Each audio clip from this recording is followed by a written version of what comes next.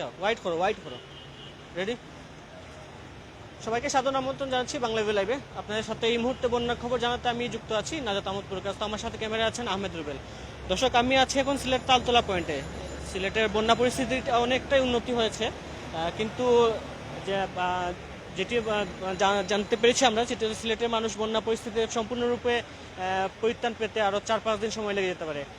সিলেটের বন্যার পানি, আজকে বিভিন্ন নদীর পানি গতকাল থেকে অনেকটাই কমেছে। সুরমা, কুশিয়ারা, তারপর হচ্ছে বিভিন্ন নদীর পানি গতকাল থেকে অনেকটাই কমেছে। পরিসংখ্যানে দেখা যাচ্ছে যে আমরা যেটি জেনেছি, গতকাল থেকে অনেকটা 4 থেকে 5 সেন্টিমিটার বন্যার পরিস্থিতি উন্নতি হয়েছে। কিন্তু আমরা যেটি জানতে পেরেছি, এই বন্যা বৃষ্টি না হলে এই বন্যা পরিস্থিতি স্বাভাবিক হতে আরও 4-5 দিন সময় লেগে যেতে পারে। এই বন্যার কারণে আসলে সিলেটের মানুষ, তালতলা পয়েন্টের অনেক ব্যবসায়ীরা আসলে অনেক ক্ষয়ক্ষতির সম্মুখীন হয়েছেন। তারা গত 4-5 দিন আসলে ব্যবসা প্রতিষ্ঠান বন্ধ রাখতে হয়েছে, যার কারণে অনেক ক্ষয়ক্ষতি হয়েছে। দোকানে অনেক জিনিসপত্র নষ্ট হয়েছে। আমরা একজন দোকানদারের সাথে কথা বলার চেষ্টা করব, জানার চেষ্টা করবো আসলে ওনারা আসলে এই পরিস্থিতিতে আসলে কীভাবে পরিত্রাণ পেতে পারেন বা এই পরিস্থিতি কীভাবে মোকাবেলা করতে পারেন। আচ্ছা ভাই, আপনারা তো দোকান কয়দিন বন্ধ ছিল বন্যার কারণে, আসলে কী ধরনের ক্ষয়ক্ষতি হয়েছে? আজকে প্রায় 4-5 দিন পরে আমরা দোকান খুলছি।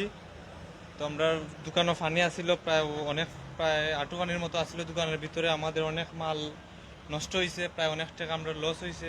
এবং আমরা গত 4 দিন যাবৎ আমাদের দোকানপাট বন্ধ। আমরা খুব আর্থিকও একটা সংকটের দিক দিয়া বা এরকম আর কি অনেক ক্ষতি হয়েছে। আমরা এই ধরেন প্রায় লাখ টাকার মতো হইব, অনেক ঔষধ নষ্ট হয়েছে আমরা। হ্যাঁ, আমরা থেকে আরো অনেক মারাত্মক ক্ষয়ক্ষতি হয়েছে, আরো আশেপাশের দোকান আরো অনেক টাকা ক্ষতি হয়েছে।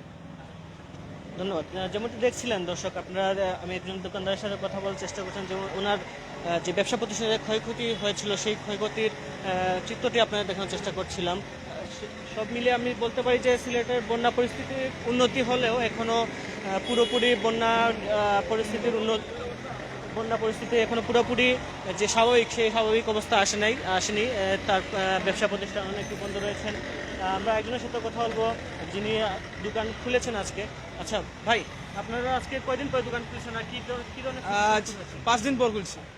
আপনাদের কি ক্ষতি হয়েছে? আইসক্রিমগুলো শেষ একদম, প্রায় 15-20 হাজার টাকার আইসক্রিম।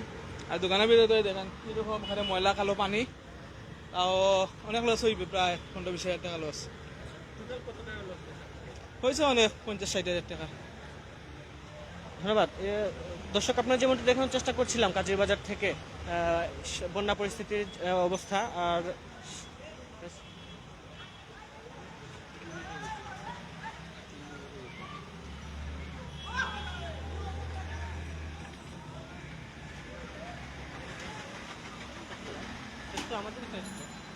দর্শক, বন্যা পরিস্থিতির এই ছিল আমার কাছে সর্বশেষ। আপনাদের এতক্ষণ দেখানোর চেষ্টা করলাম সিলেটের তালতলা পয়েন্ট থেকে বন্যা সর্বশেষ পরিস্থিতি।